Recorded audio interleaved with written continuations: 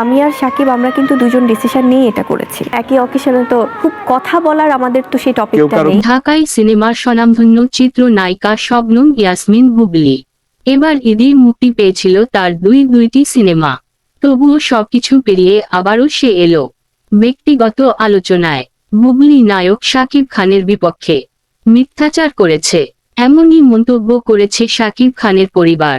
এর মধ্যে গণমাধ্যমে সমস্ত কিছু প্রকাশ হওয়ার পর এবার মুখ খুলেছে বুবলি। কি জানালেন এই নায়িকা? সম্পূর্ণ জানতে বিস্তারিত দেখুন ভিডিওটিকে। আবারও বিয়ের পিঁড়িতে বসতে যাচ্ছেন ঢালিউড কিং শাকিব খান। শাকিবের পরিবারের মানুষ চাইছে তাদের পছন্দের কোনো সুদর্শন পাত্রীকে বিয়ে করুক শাকিব খান। সেই জন্যই নাকি শাকিবের জন্য বিয়ের পাত্রীর সন্ধান চলছে। সম্প্রতি গণমাধ্যমে জানা যায় শাকিবের পরিবার নাকি চাইছে না নায়িকা অপু বিশ্বাস অথবা বুবলি কারো সাথে তাদের সন্তান শাকিবের সম্পর্ক থাকুক। সে কারণেই শাকিবকে আবার নতুন করে বিয়ে করানোর সিদ্ধান্ত নেওয়া হয়েছে।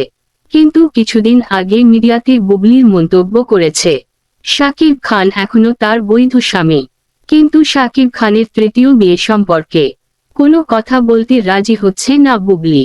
সে সময় বুবলি বলেন তার ও শাকিবের আনুষ্ঠানিকভাবে বিচ্ছেদ হয়নি, তারা নিজেরাই সম্পর্কের মধ্যে কিছুটা দূরত্ব বজায় রাখছে সম্পর্কটাকে আরো সুন্দর করে সাজানোর জন্য, বীরকে সুন্দর একটা পরিবার দেওয়ার জন্য। তবে বুবলির ইন্টারভিউয়ের কয়েকদিন গড়াতে না গড়াতেই উঠে আসলো শাকিবের তৃতীয় বিয়ের কথা। তাই তো বুবলির পিছনে এখন গণমাধ্যম আঠার মতো লেগে আছে।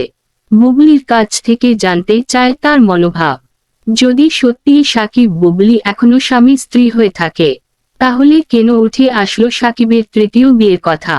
তাহলে কি গোপনে তাদের বিচ্ছেদ হয়েছে যা তারা সকলের কাছ থেকে লুকিয়ে রেখেছে?